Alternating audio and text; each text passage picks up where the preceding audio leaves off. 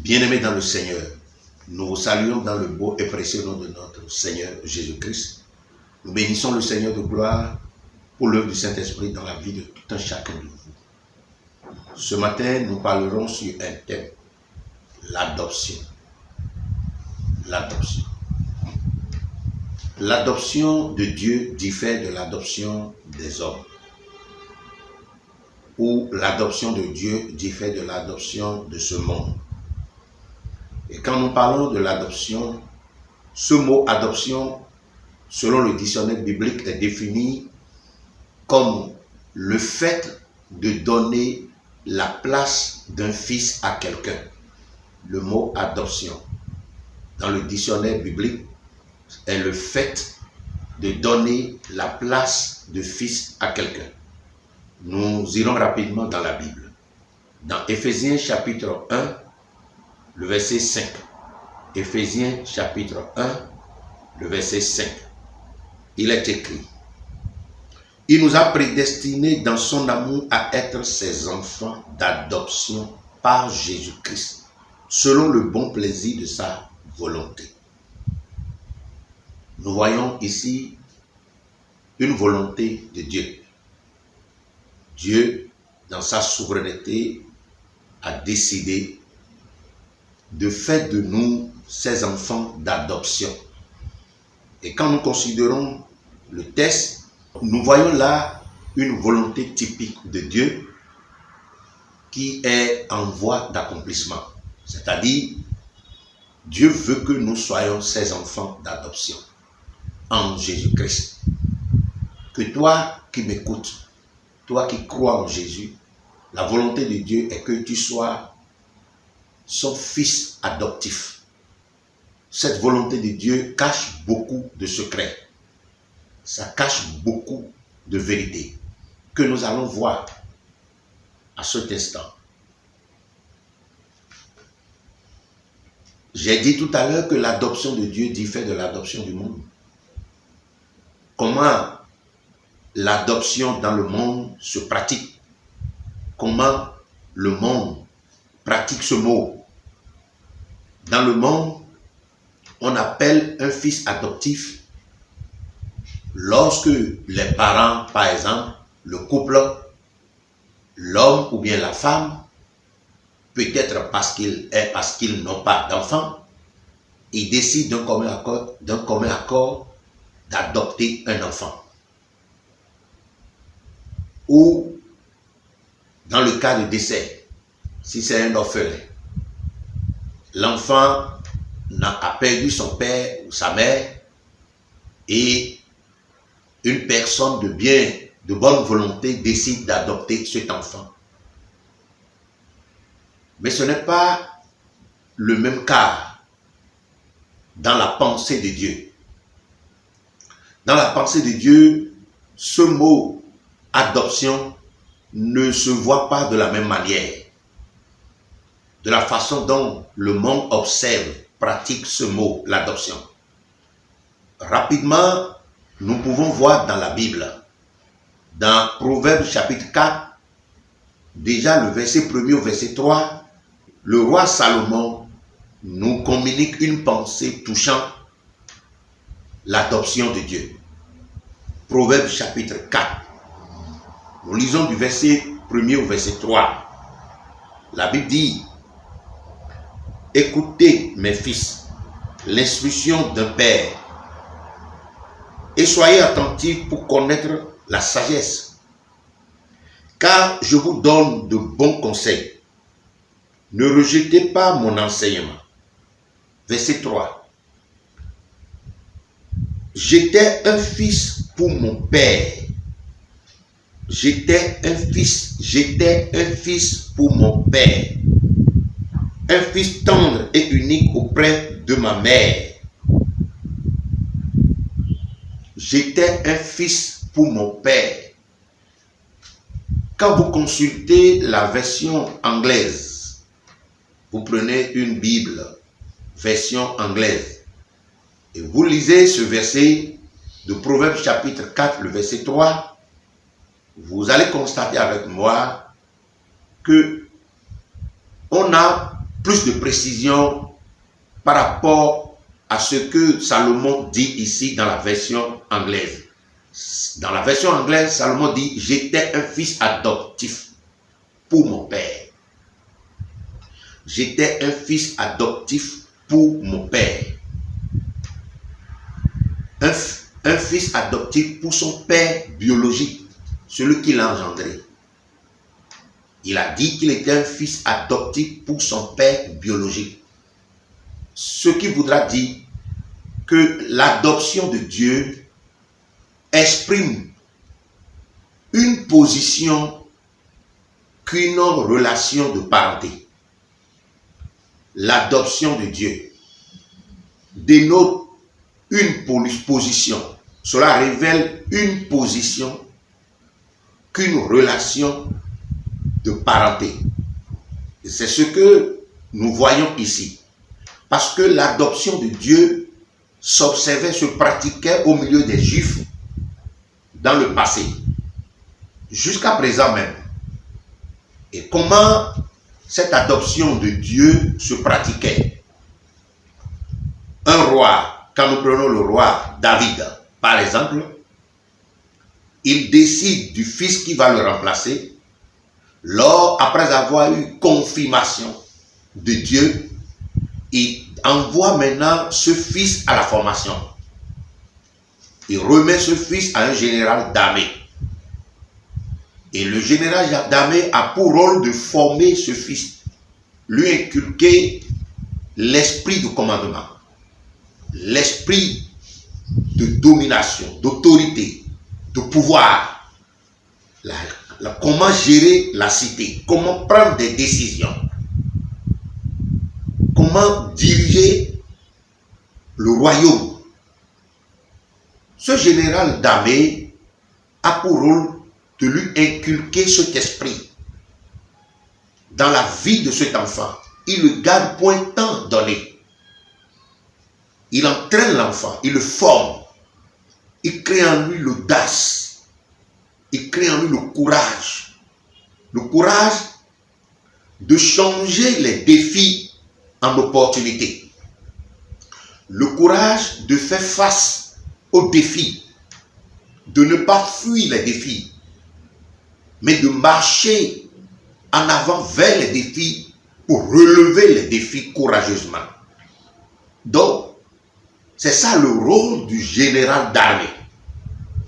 Et lorsque ce général d'armée constate maintenant que cet enfant arrive à son apogée, il a atteint la maturité, il retourne maintenant au roi.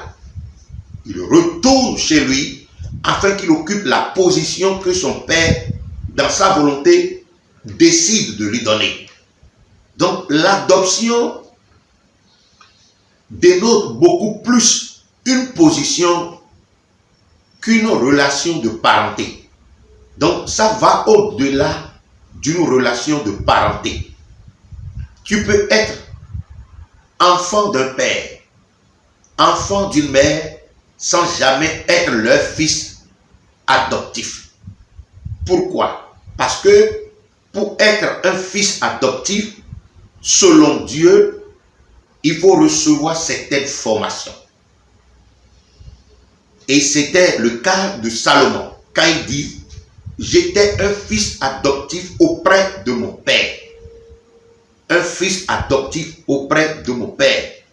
Mon père m'a fait former par un général d'armée pour occuper une position.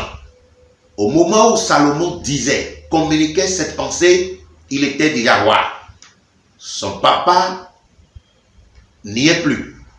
Et c'est lui qui a remplacé son père et c'est lui qui nous donne ce conseil. Donc ce que Salomon est en train de dire dans Proverbe chapitre 4, le verset 3 ici, parle, communique l'adoption de Dieu, l'esprit d'adoption de Dieu.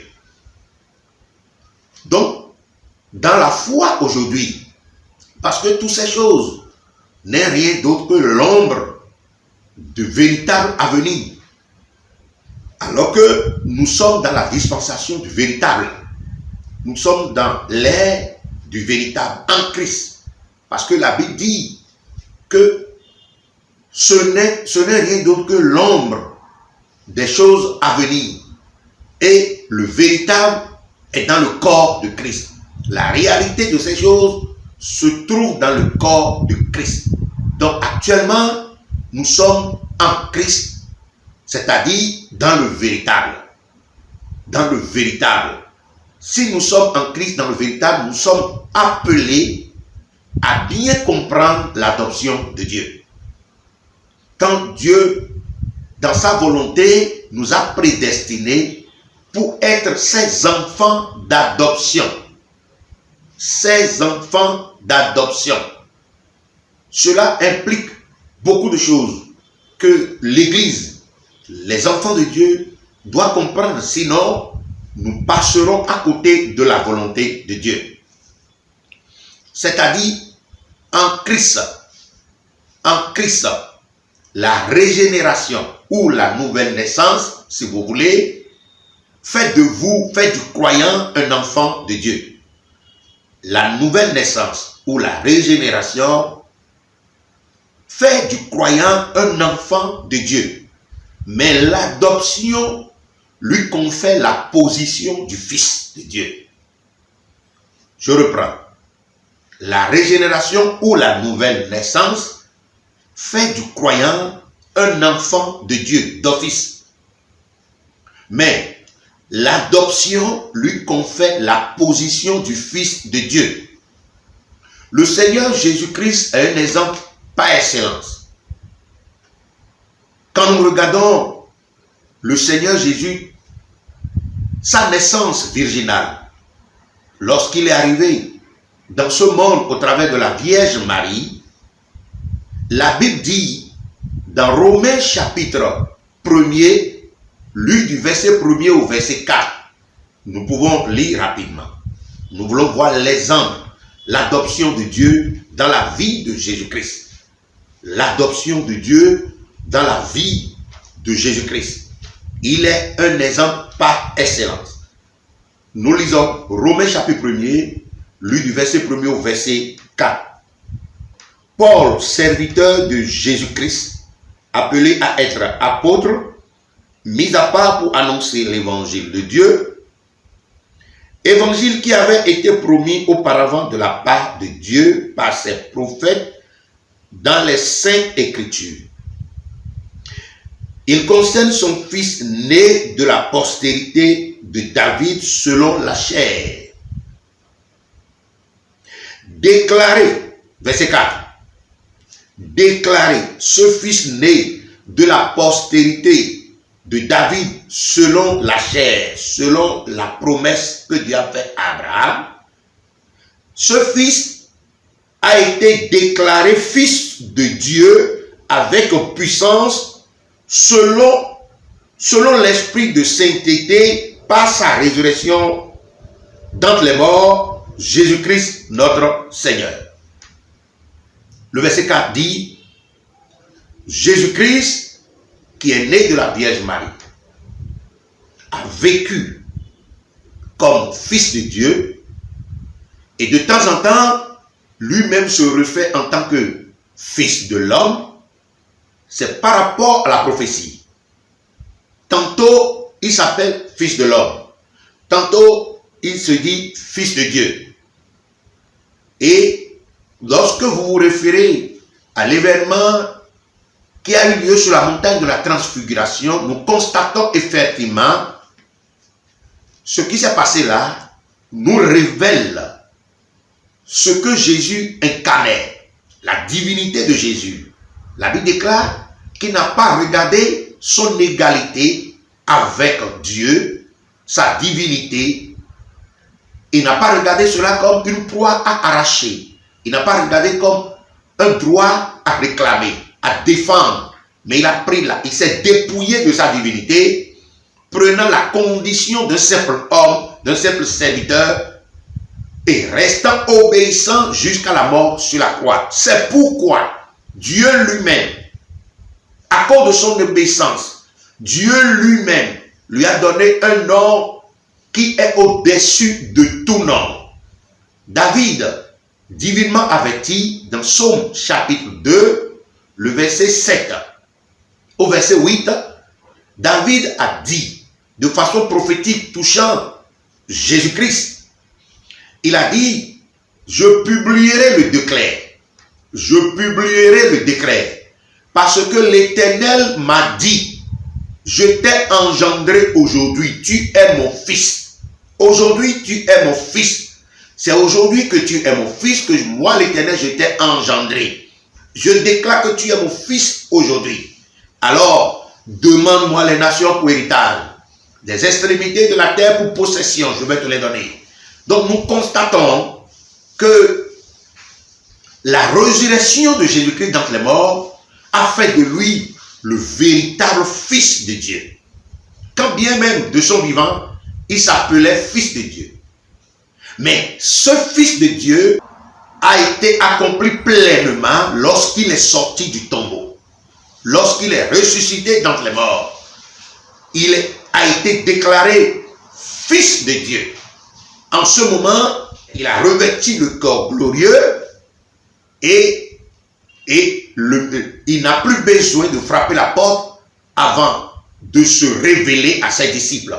La Bible déclare, après sa résurrection, il a été déclaré fils de Dieu. Jésus-Christ, le fils de Dieu, après sa résurrection par l'Esprit Saint. Et le jour de sa résurrection, il a été investi de ce pouvoir, investi du nom qui est au-dessus de tout nom, Christ, Jésus-Christ, le Fils de Dieu, le Fils du Très-Haut. Actuellement, il est assis à la droite du Père, au-dessus de toute autorité, de toute domination, de toute dignité, de tout trône et de toute puissance, de tout nom qui peut se nommer dans ce siècle présent et même dans le siècle à venir. Donc actuellement, il joue le rôle de fils de Dieu. Il est assis à la droite du Père en tant que fils de Dieu. Et la Bible déclare qu'il est notre aîné. Qu'il est notre aîné. Il est notre frère. Il n'a pas honte de nous appeler frère. Il n'a pas honte de nous appeler frère.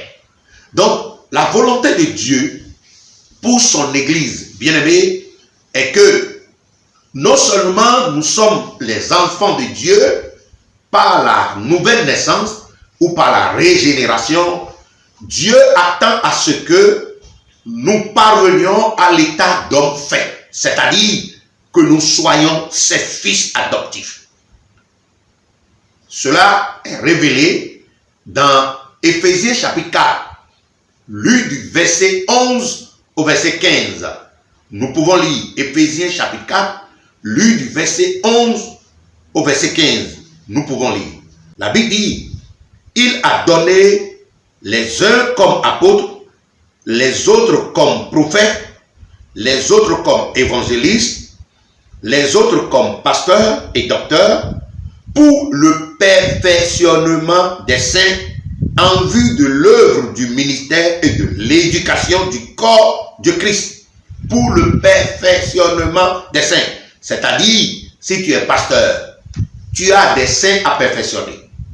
Si tu es un prophète, tu as des saints à perfectionner. Des enfants de Dieu appelés saints. Et ton rôle est de les amener à la maturité. Ton rôle est de leur expliquer la volonté de Dieu. Ton rôle est de les éduquer selon la voie du Seigneur. C'est de leur expliquer la volonté de Dieu, leur droit, leur devoir en Christ. Au point qu'il n'est plus à avoir peur devant les défis. Il ne doit plus trembler dans les crises. Il ne doit plus gémir devant les situations qui les défient tous les jours. Mais comme David, il doit marcher vers les crises. Transformer les crises en opportunités. Transformer les temps de crise en privilèges. Ce que David a fait parce qu'il avait la maturité de l'esprit. Lorsque le peuple fuyait devant Goliath, lui marchait contre Goliath. Avec courage du Saint-Esprit, avec audace de l'Esprit Saint. Et c'est ce que Dieu attend de nous. Dieu n'attend pas de nous voir fuir devant les temps de crise.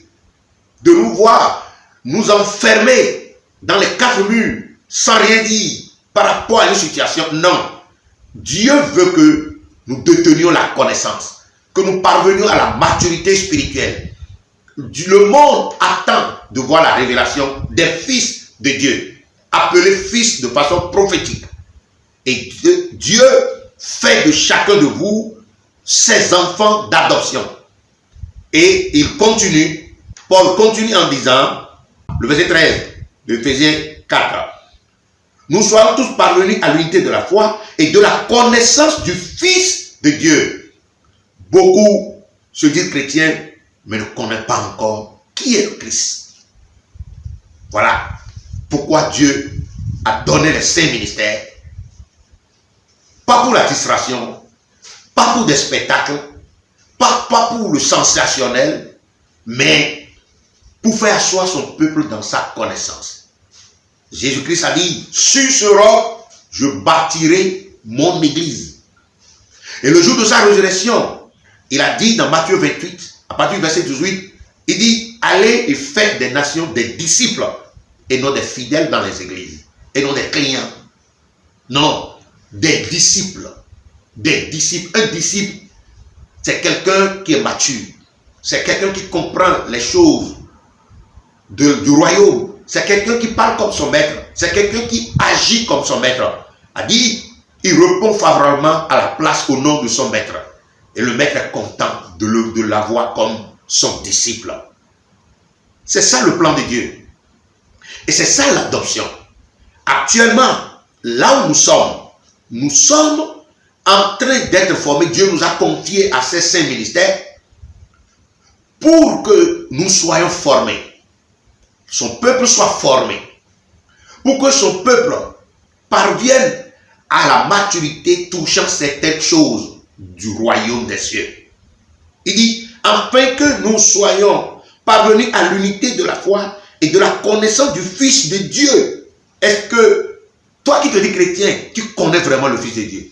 Est-ce que tu connais la différence qui existe entre Jésus avant la mort et Jésus-Christ après la mort? Est-ce que tu maîtrises la différence entre ces autres?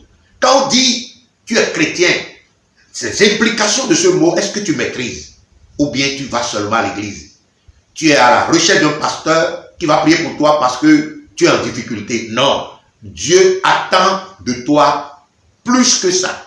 Dieu veut t'amener plus que ça. Le texte n'a pas fini. Il dit, verset 14, ainsi, nous ne serons plus enfants, des enfants. Ainsi, nous ne serons plus des enfants. Un enfant ne peut pas se défendre parce qu'il est un enfant. Un enfant ne peut pas relever les défis parce qu'il est un enfant. La Bible dit, aussi longtemps que l'héritier sera enfant, il ne diffère en rien d'un esclave. Il n'a rien de différent d'un esclave.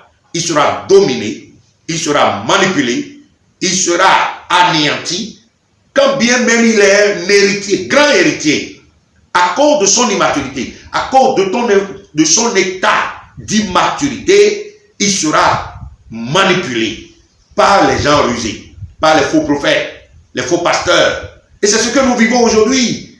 C'est ce que nous vivons. Il dit, ainsi, nous ne serons plus des enfants flottants et emportés à tout vent de doctrine. Des enfants flottants et emportés à tout vent de doctrine. Il faut être un enfant pour que le vent des fausses prophéties vous emporte. Il faut être un enfant pour que le vent des fausses doctrines, de la séduction que nous constatons aujourd'hui, qui est en train d'atteindre son apogée, vous emporte. Mais si vous êtes fils, vous parvenez à l'état d'homme fait. Vous êtes fils, vous êtes mature. Lorsque Christ est formé en vous, vous direz non à ces choses. Jésus dit, ils saisiront des serpents. Dans Marc 16, 18, ils saisiront des serpents. Il ne nous demande pas d'aller à la brousse, à la recherche des serpents vivants, naturels, et afin de les saisir. Non, ils saisiront des serpents, c'est-à-dire, ils vont rétablir la vérité là où le mensonge est en train de sévir. Ils vont rétablir la vérité. Ils diront la vérité. Ils seront des hommes et des femmes qui rétablissent la vérité, qui communiquent la vérité, qui dit non au mensonge, qui travaille pour démanteler la ruse du diable, le mensonge du diable, la séduction du diable. Est-ce que tu arrives à le faire dans ta chambre, dans ce moment de cessation d'activité de l'église? Est-ce que là où tu es, la façon dont la séduction est au comble, la façon dont les fausses prophéties dans nos églises, dans les environnements autour de nous sont en train d'évoluer aujourd'hui, est-ce que tu arrives à discerner le bon grain du mauvais grain? Toi qui te dis chrétien, alors que Dieu attend que tu sois son fils adoptif. Et tu ne peux pas être son fils adoptif si tu ne te laisses pas former par un bon pasteur, formé par un bon prophète, formé par un bon enseignant, formé par un serviteur de Dieu. Dieu continue. Il dit, afin que, ainsi nous ne serons plus des enfants flottants et emportés à tout vent de doctrine, par la tromperie des hommes, par leur ruse, dans les moyens de séduction. Waouh! Verset 15, suivez le verset 15. Mais en professant la vérité dans l'amour, la vérité dans l'amour, en rétablissant la vérité là où le mensonge est en train de sévir, dans l'amour. Dis la vérité dans l'amour. Rétablis la vérité dans l'amour. Il dit, nous croîtrons à tous égards en celui qui est le chef, Christ. Nous croîtrons à tous égards en celui qui est le chef, Christ. Vous voyez le plan de Dieu pour son Église. Le plan de Dieu pour son Église. Voilà la raison pour laquelle, lorsque Jésus-Christ a établi l'Église sur la terre, par le Saint-Esprit le jour de la Pentecôte, il n'a pas en même temps enlevé l'Église. Non, parce qu'il ne pouvait pas enlever l'Église en ce moment. L'Église en ce moment a la statue d'un enfant, le statut d'un enfant. Mais il faut que l'adoption lui confère la position du Fils. Et pour que cette position lui soit de Fils, d'adoption lui soit accordée, il faut que chaque pasteur se laisse conduire par l'Esprit Saint. Parce que il faut que chaque chrétien se laisse diriger par l'Esprit Saint. Il faut que chaque serviteur de Dieu développe une bonne communion avec l'Esprit Saint. Pourquoi? Parce que dans Romains chapitre 8, lu du verset 15 au verset 16, nous pouvons rapidement lire ça. C'est très important. Vous qui passez votre temps à vous amuser, vous qui passez votre temps à aller à la recherche sur les montagnes, je vais chercher la volonté de Dieu, je veux connaître. Non. Tout ça, c'est de la distraction. La volonté de Dieu est dans sa parole. Vous avez besoin de la communion de cet esprit. Vous avez besoin de vous familiariser avec l'Esprit Saint. Il est votre partenaire. Il est votre associé. Il est votre compagnon d'œuvre. Il est en vous. Écoutez ce que Dieu dit touchant le Saint-Esprit. Dans Romains chapitre 8, lu du verset 15 au verset 16. C'est merveilleux. C'est merveilleux. La Bible dit, et vous n'avez point reçu un esprit de servitude pour être encore dans la crainte.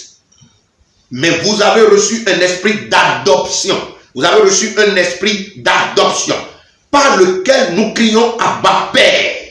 Verset 16. L'Esprit lui-même rend témoignage à notre esprit que nous sommes enfants de Dieu. L'Esprit exerce un ministère.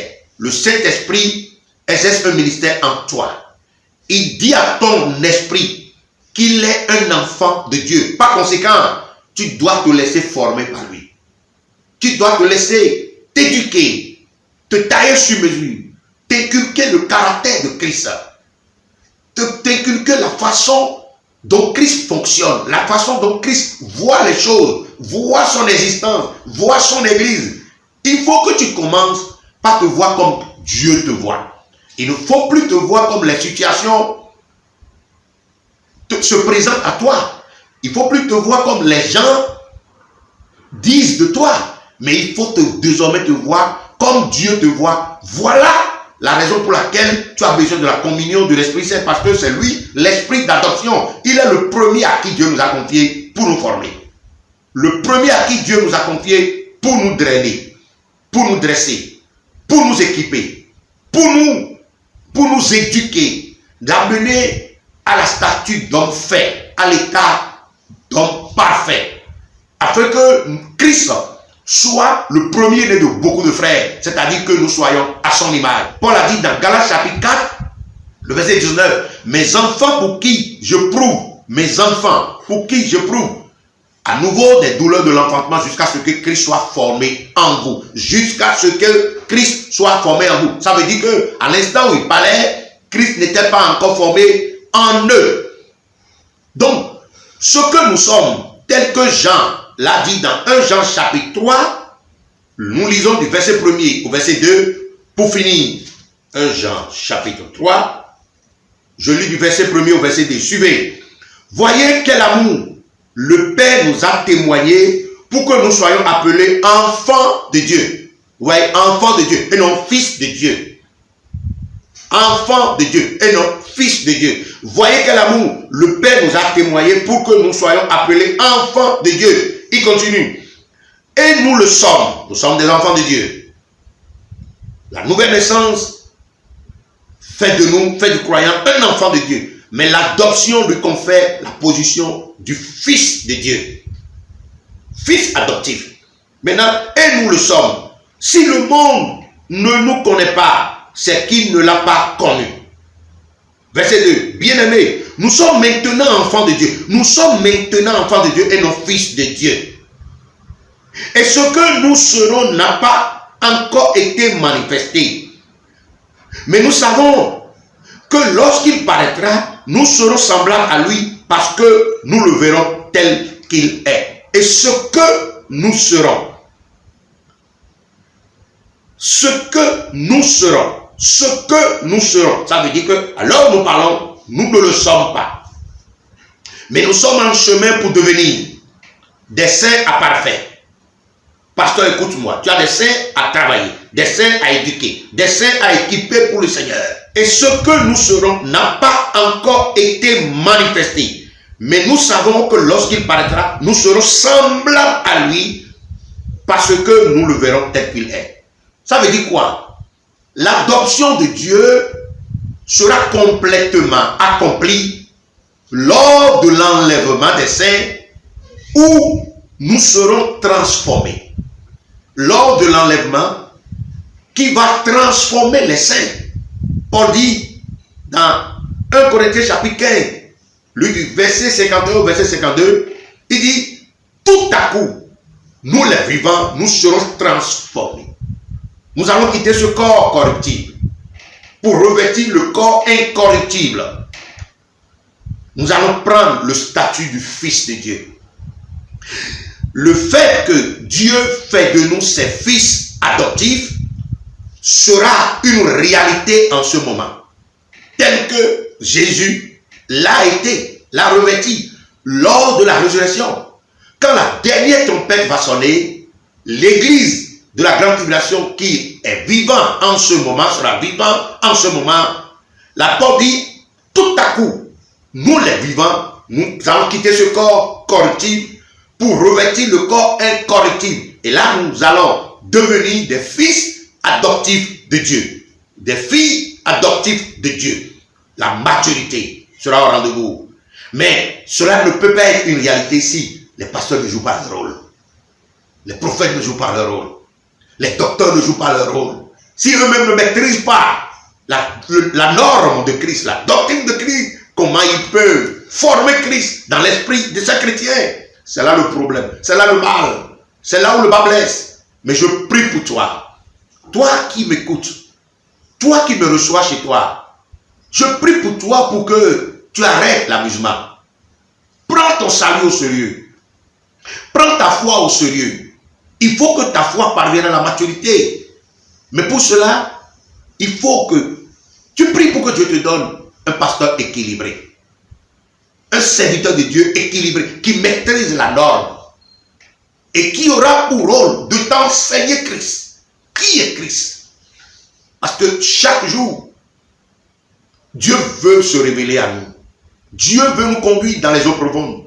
Le Saint-Esprit connaît les profondeurs de Dieu et veut t'amener dans les profondeurs de Dieu. Que Dieu vous bénisse. Nous allons revenir dans un autre volume pour aller dans les profondeurs, touchant ce thème d'adoption de Dieu. Tu es un enfant d'adoption. Un enfant que Dieu travaille pour adopter lors de la dernière trompette. Quand la dernière trompette va sonner, lorsque la dernière trompette de Dieu, la 7e trompette de Dieu va sonner, où l'église sera enlevée, là aura lieu l'adoption de Dieu. Demeurez bénis, que la paix du Seigneur soit avec chacun de vous. Amen.